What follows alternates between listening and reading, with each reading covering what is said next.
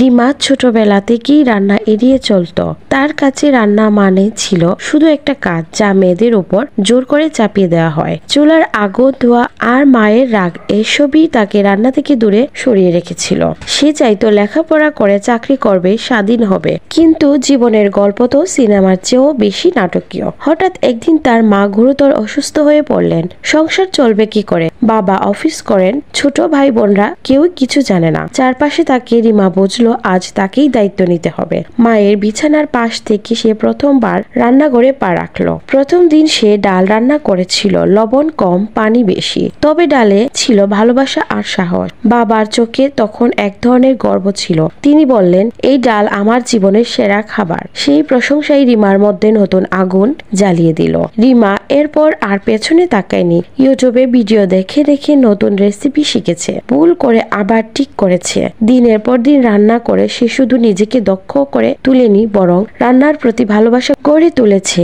আজ রিমা শুধুই একজন ভালো রাঁধুনি নয়, সে নিজের নামে একটি হোম কিচেন চালায়। যে রান্না একসময় তার কাছে ছিল ভয়, আজ সেটাই তার শক্তি, তার আলোর পথ।